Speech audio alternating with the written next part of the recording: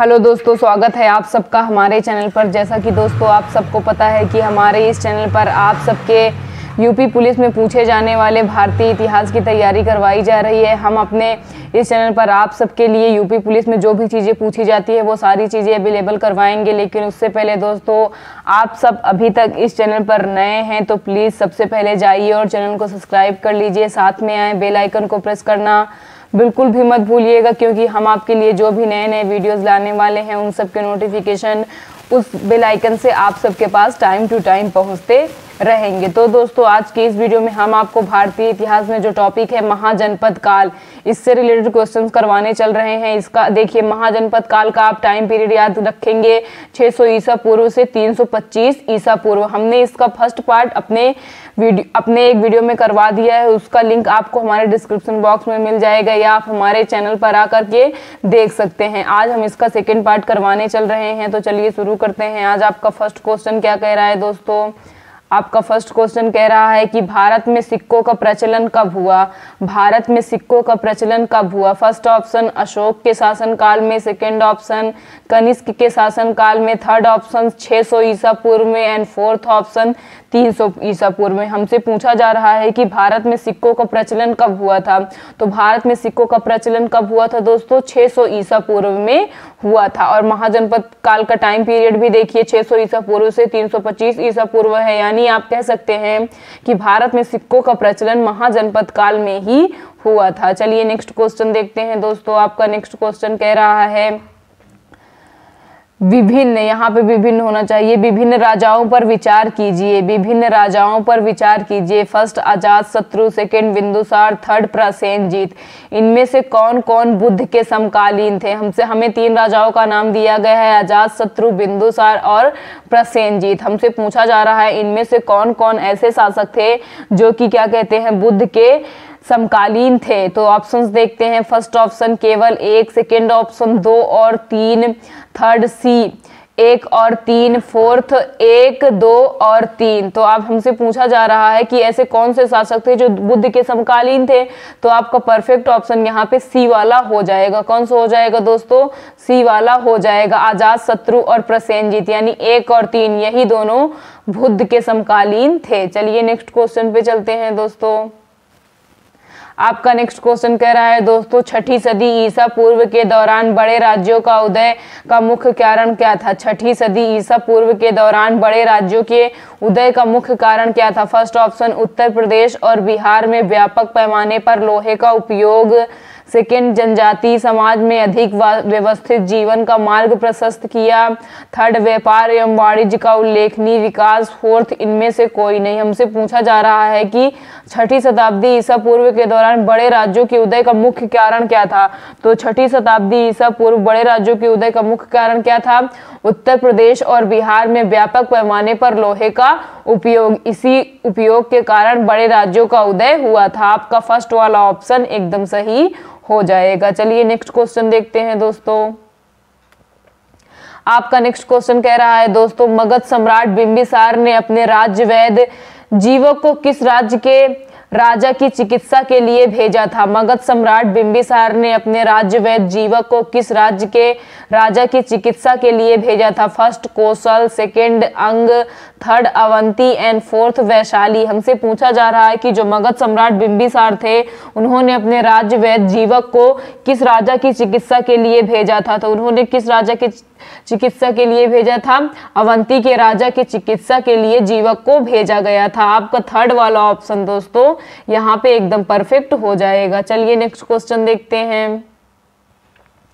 आपका next question कह रहा है दोस्तों, किस शासक ने अवंती को जीतकर मगध का हिस्सा बना लिया? किस शासक ने अवंती को जीतकर मगध का हिस्सा बना लिया? First option Ajatashatru, second option Bimbisara, third option Shishunaga and fourth option Mahapadmananda.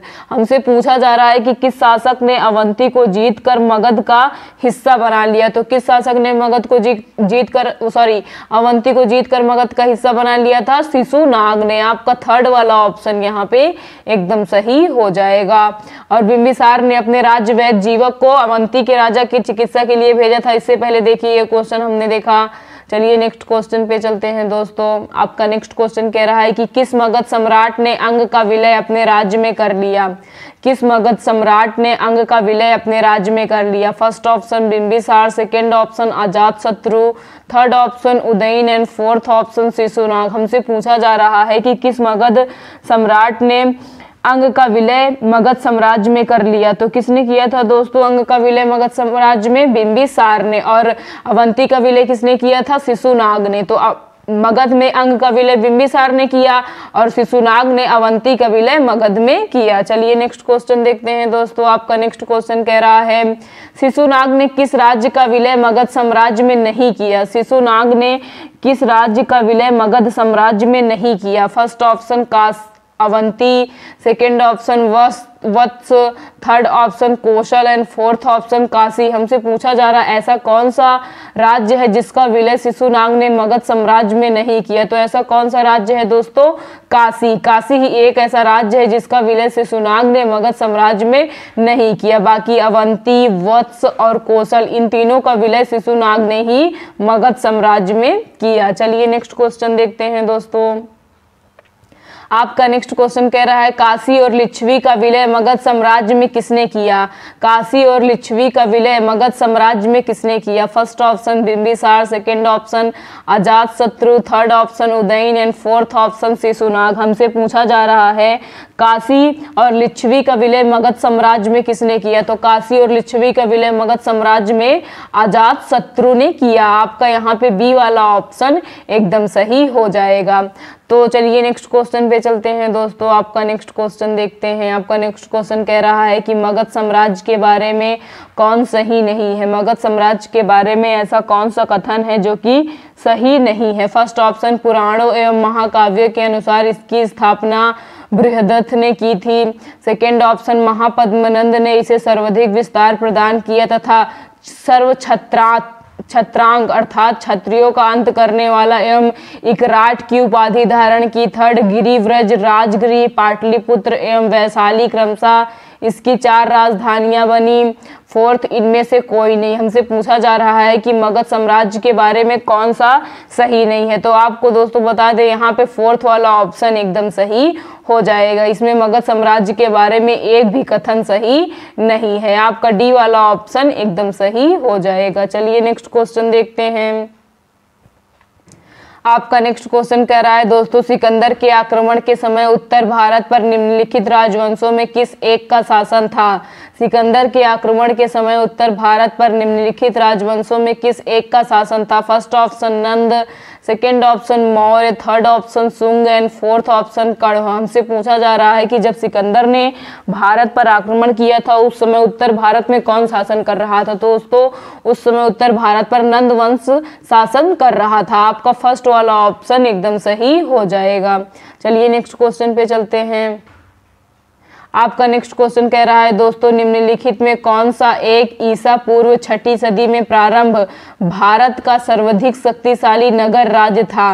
निम्नलिखित में कौन सा एक ईसा पूर्व 6ठी सदी में प्रारंभ भारत का एक सर्वाधिक शक्तिशाली नगर राज्य था? First option Gandhara, second option Kamboja, third option Kashi and fourth option Magadha. हमसे पूछा जा रहा है कि भारत का एक ऐसा कौन सा शक्तिशाली सर्वाधिक शक्तिशाली नगर था जिसका उदय 6ठी सदी में हुआ था?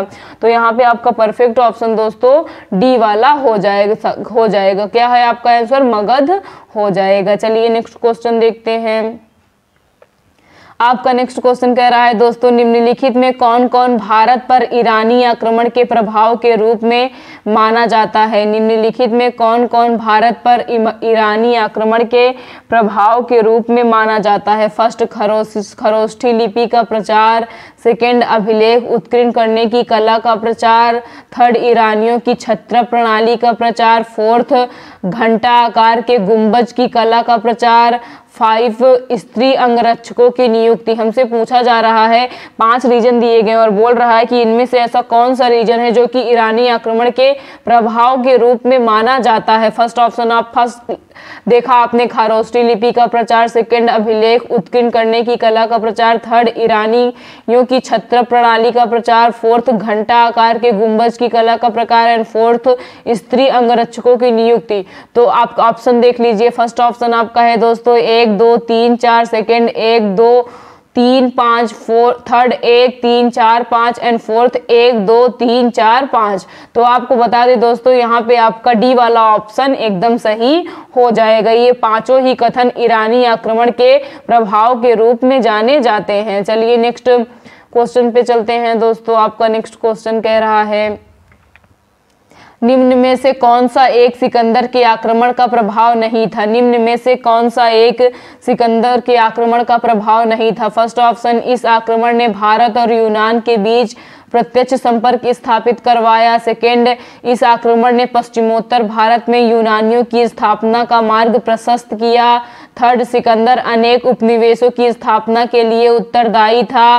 फोर्थ, उसने भारत को यूनान की रियासत बनाया। हमसे पूछा जा रहा है कि ऐसा कौन सा कारण था जो सिकंदर के आक्रमण का प्रभाव नहीं था। तो वहां पे आपका डी वाला ऑप्शन एकदम सही हो जाएगा। उसने भारत को यूनान की रियासत नहीं बनाया था। आपका डी वाला ऑप्शन एकदम परफेक्ट हो जाएगा। चलिए नेक्स्ट क्वेश्चन देखते हैं दोस्तों। आपका नेक्स्ट क्वेश्चन कह रहा है, निम्नलिखित में किस राज्य में गणतंत्रात्मक शासन व्यवस्था नहीं थी। निम्नलिखित में किस राज्य में गणतंत्रात्मक शासन व्यवस्था नहीं थी। फर्स्ट ऑप्शन, कपिलवस्तु के शाक्य में, सेकंड ऑप्शन कुशीनगर के मल्ल में, थर्ड ऑप्शन वैशाली के लिच्छवी में, फोर्थ ऑप्शन मगध में। हमसे पूछा जा रहा है निम्नलिखित में किस राज्य में गणतंत्रात्मक व्यवस्था नहीं थी। तो किस राज्य में गणतंत्रात्मक व्यवस्था नहीं थी दोस्तों, मगध में नहीं थी। आपका डी वाला ऑप्शन एकदम सही हो जाएगा। चलिए नेक्स्ट क्वेश्चन देखते हैं दोस्तों। आपका नेक्स्ट क्वेश्चन है, निम्नलिखित में किसे सेनियाएं नियमित और स्थायी सेना रखने वाला कहा जाता था। निम्नलिखित में से किसे सेनिया नियमित और स्थायी सेना रखने वाला कहा जाता था। First option Bimbisara, second option Ajatashatru, third option Udayan and fourth option Shishunaga. हमसे पूछा जा रहा है कि निम्नलिखित में किसे सेनिया या फिर स्थित या फिर स्थायी या फिर नियमित सेना रखने वाला कहा जाता था। तो किसे कहा जाता था दोस्तों, बिंबिसार को कहा जाता था। आपका फर्स्ट वाला ऑप्शन एकदम सही हो जाएगा। चलिए नेक्स्ट क्वेश्चन देखते हैं। आपका नेक्स्ट क्वेश्चन कह रहा है दोस्तों, निम्नलिखित में किसे उग्रसेन भयानक सेना का स्वामी कहा जाता था। निम्नलिखित में से किसे उग्रसेन भयानक सेना का स्वामी कहा जाता था। First Mahapadmananda, second Ghanananda, third Shishunaga and fourth Bimbisara. हमसे पूछा जा रहा है निम्नलिखित में किसे उग्रसेन या फिर भयानक सेना का स्वामी कहा जाता था। देखिए अभी सेनिया किसे कहा जाता था दोस्तों, सेनिया बिंबिसार को कहा जाता था। नियमित और स्थायी सेना रखने वाला अब हमसे पूछा जा रहा है कि उग्रसेन या फिर भयानक सेना का स्वामी किसे कहा जाता था। तो किसे कहा जाता था दोस्तों, महापद्मनंद को कहा जाता था। आपका फर्स्ट वाला ऑप्शन यहाँ पे एकदम सही हो जाएगा। चलिए नेक्स्ट क्वेश्चन देखते हैं दोस्तों। आपका नेक्स्ट क्वेश्चन है, डेरियस या फिर दाय बहादुर फर्स्ट ने 1516 बीसी में सिंधु के तटवर्ती भूभाग को जीतकर उसे ईरान का 20वां क्षत्रपी या फिर प्रांत बनाया। उससे कितना राजस्व प्राप्त होता था। डेरियस फर्स्ट ने 1516 बीसी में सिंधु के तटवर्ती भूभाग को जीतकर उसे ईरान का 20वां क्षत्रपी या फिर प्रांत बनाया। उससे कितना राजस्व प्राप्त होता था, मतलब कि क्या कहते हैं, सिंधु के तटवर्ती भूभाग से उसे कितना राजस्व मिलता था। First 336 talent, second 370 talent, third 260 talent and fourth 270 talent. तो आपका परफेक्ट ऑप्शन यहाँ पे दोस्तों फर्स्ट वाला हो जाएगा। कौन सा हो जाएगा, फर्स्ट वाला हो जाएगा। उसे 360 टैलेंट राजस्व प्राप्त होता था। चलिए नेक्स्ट क्वेश्चन देखते हैं दोस्तों। आपका नेक्स्ट क्वेश्चन कह रहा है दोस्तों, निम्नलिखित में कौन सिकंदर के साथ भारत आने वाला इतिहासकार नहीं था। निम्नलिखित में से कौन सिकंदर के साथ भारत आने वाला इतिहासकार नहीं था। First option Nearchus, second option Onesicritus, third option Aristobulus and fourth option Herodotus. हमसे पूछा जा रहा है कि निम्नलिखित में से ऐसा कौन सा इतिहासकार था जो सिकंदर के साथ नहीं आया था। तो दोस्तों यहाँ पे आपका डी वाला ऑप्शन एकदम सही हो जाएगा। ये हेरोडोटस जो है सिकंदर के साथ नहीं आए थे, इन्हें इतिहास का जनक कहा जाता है हेरोडोटस को। चलिए नेक्स्ट क्वेश्चन देखते हैं दोस्तों। आपका नेक्स्ट क्वेश्चन है, महाजनपद काल में श्रेणियों के संचालक को क्या कहा जाता था? महाजनपद काल में श्रेणियों के संचालक को क्या कहा जाता था? फर्स्ट ऑप्शन श्रेष्ठीन, सेकेंड ऑप्शन श्रेष्ठ, थर्ड ऑप्शन ज्येष्ठक एंड फोर्थ ऑप्शन ग्राम भोजक। हमसे पूछा जा रहा है कि महाजनपद काल में जो श्रेणियों के संचालक थे उन्हें क्या कहा जाता था? तो उन्हें क्या कहा जाता था दोस्तों? श्रेष्ठीन कहा जाता था। आपका फर्स्ट वाला ऑप्शन एकदम सही हो जाएगा। चलिए नेक्स्ट क्वेश्चन देखते हैं दोस्तों। आपका नेक्स्ट क्वेश्चन है, गृहपति का अर्थ है, गृहपति का अर्थ है फर्स्ट ऑप्शन धनी किसान, सेकंड ऑप्शन धनी व्यापारी, थर्ड ऑप्शन धनी व्यक्ति एंड फोर्थ इनमें से कोई नहीं। हमसे पूछा जा रहा है कि गृहपति का उस टाइम में क्या अर्थ था? तो गृहपति का अर्थ था दोस्तों धनी किसान। आपका फर्स्ट वाला ऑप्शन एकदम सही हो जाएगा। चलिए नेक्स्ट क्वेश्चन देखते हैं दोस्तों। आपका नेक्स्ट क्वेश्चन है दोस्तों, सूची फर्स्ट को सूची सेकंड के साथ सुमेलित कीजिए। सूची फर्स्ट को सूची सेकंड के साथ सुमेलित कीजिए। एक तरफ आपकी सूची फर्स्ट है और एक तरफ सूची सेकंड। अष्टकुलक क्या था उस टाइम? महामात्र क्या थे? बलि साधक क्या थे? और शौकिल्य या फिर शुल्काध्यक्ष क्या थे? हमसे पूछा जा रहा है। तो देखिए आपको बता दें दोस्तों, ये अष्टकुलक जो थे वो परामर्शदायी संस्था थी, महामात्र उच्च कोटि के अधिकारी थे और बलि साधक किसानों के कर वसूलने वाला अधिकारी था और शौकिल्य या फिर शुल्काध्यक्ष शिल्पियों और व्यापारियों से शुल्क या चुंगी वसूलने वाला अधिकारी था। ये जो है आपको दिया गया है वो अच्छी तरह से मिला गया है। तो अष्टकुलक क्या था उस समय? परामर्शदायी संस्था थी, महामात्र उच्च कोटि के अधिकारी थे, बलि साधक किसानों से कर वसूलने वाला अधिकारी था और शौकिल्य या फिर शुल्काध्यक्ष शिल्पियों व व्यापारियों से शुल्क या चुंगी वसूलने वाला अधिकारी। तो आपका देखिए यहाँ पे ऑप्शंस देखते हैं, ए का 1, बी का 2, सी का 3 और डी का 4 होना चाहिए। तो ए का 1 आपको किस किस ऑप्शन में दिख रहा है? तो दोस्तों ए का 1 आपको फर्स्ट में दिख रहा है और थर्ड में दिख रहा है। बाकी ये दोनों तो आपके वैसे ही गलत हो गए क्योंकि इसमें ए का क्या है 2। अब देखते हैं आगे, बी का 2 यहाँ भी है, सी में भी है, बी का 3 यहाँ है और बी का 4 यहाँ है। तो आपका सी वाला भी गलत हो गया क्योंकि ए का 1 है, बी का 2 है, सी का 3 है और डी का 4 है। यानी आपका फर्स्ट वाला ऑप्शन दोस्तों यहाँ पे एकदम सही हो जाएगा। मैं आपसे बार बार कहती हूँ कि जरूरी नहीं है कि परीक्षा में जो सामने सामने यहाँ पे दे दिया गया है वैसे ही आए, और जरूरी नहीं है कि ना भी आए। तो आप दोनों चीज, आप कॉन्सेप्ट को अगर पढ़े रहेंगे तो आपको सुमेलित करने में आसानी रहेगी। चलिए नेक्स्ट क्वेश्चन देखते हैं दोस्तों। आपका नेक्स्ट क्वेश्चन कह रहा है, मगध के किस प्रारंभिक शासक ने राज्यारोहण के लिए अपने पिता की हत्या की एवं इसी कारणवश उसे पुत्र द्वारा मारा गया? अब हमसे पूछा जा रहा है नेक्स्ट क्वेश्चन दोस्तों कि मगध के किस प्रारंभिक शासक ने राज्यारोहण के लिए अपने पिता की हत्या की एवं इसी कारणवश उसे अपने पुत्र द्वारा मारा गया? First option Bimbisara, second option Ajatashatru, third option Udayan and fourth option Nagdashak. हमसे पूछा जा रहा है कि मगध का ऐसा कौन सा शासक था जिसने राजा बनने के लिए अपने पिता की हत्या कर दी लेकिन बाद में उसे उसके पुत्र ने ही मार दिया? तो आपका परफेक्ट ऑप्शन यहाँ पे दोस्तों बी वाला हो जाएगा। कौन सा हो जाएगा दोस्तों? बी वाला हो जाएगा। अजातशत्रु जो था उसके पिता की हत्या इसने करके ये राजा बना था। चलिए नेक्स्ट क्वेश्चन देखते हैं। आपका नेक्स्ट क्वेश्चन कह रहा है दोस्तों, विश्व का पहला गणतंत्र वैशाली में किसके द्वारा स्थापित किया गया? विश्व का पहला गणतंत्र वैशाली में किसके द्वारा स्थापित किया गया? First option Maurya, second option Nanda, third option Gupta and fourth option Licchavi. तो विश्व का पहला गणतंत्र वैशाली में लिच्छवियों के द्वारा स्थापित किया गया। आपका डी वाला ऑप्शन यहाँ पे एकदम सही हो जाएगा। चलिए नेक्स्ट क्वेश्चन देखते हैं दोस्तों। आपका नेक्स्ट क्वेश्चन है, सूची फर्स्ट को सूची सेकंड से सुमेलित कीजिए और नीचे दिए गए कोड से सही उत्तर चुनिए। सूची फर्स्ट को सूची सेकंड से सुमेलित कीजिए और नीचे दिए गए कोड से सही उत्तर चुनिए। एक तरफ आपकी सूची फर्स्ट में महाजनपद दिया गया और सूची सेकंड में उसकी राजधानी दी गई है। हमें क्या करना है? सुमेलित करना है। तो चलिए देखते हैं इसका परफेक्ट ऑप्शन कौन सा हो। इसका देखिए, पांचाल की राजधानी क्या, कुरु की राजधानी क्या हो जाएगी दोस्तों? कुरु की राजधानी आप सबका हो जाएगा इंद्रप्रस्थ। क्या हो जाएगा दोस्तों? इंद्रप्रस्थ हो जाएगा। और पांचाल की राजधानी दोस्तों, पांचाल की राजधानी हो जाएगा अहिछत्र। और कौशल की राजधानी आप सबको हो जाएगा दोस्तों साकेत। एंड वत्स की राजधानी क्या हो जाएगा, कौशाम्बी। तो आप सबको मैं एक बार फिर से बता देती हूँ, कुरु की राजधानी दोस्तों, कुरु की राजधानी हो जाएगा इंद्रप्रस्थ।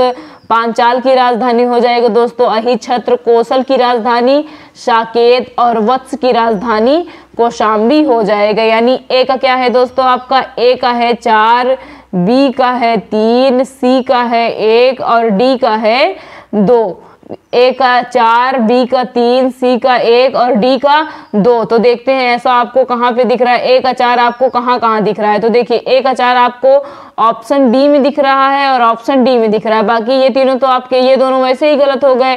तो अब इन बी और डी में देखते हैं। उसके बाद बी का 3 यहाँ है और बी का 2 हो गया यहाँ पे, तो ये आपका गलत हो गया। सी का 1, डी का 2, यानी आपका बी वाला ऑप्शन दोस्तों एकदम सही हो जाएगा। चलिए नेक्स्ट क्वेश्चन देखते हैं दोस्तों। आपका नेक्स्ट क्वेश्चन है, निम्न में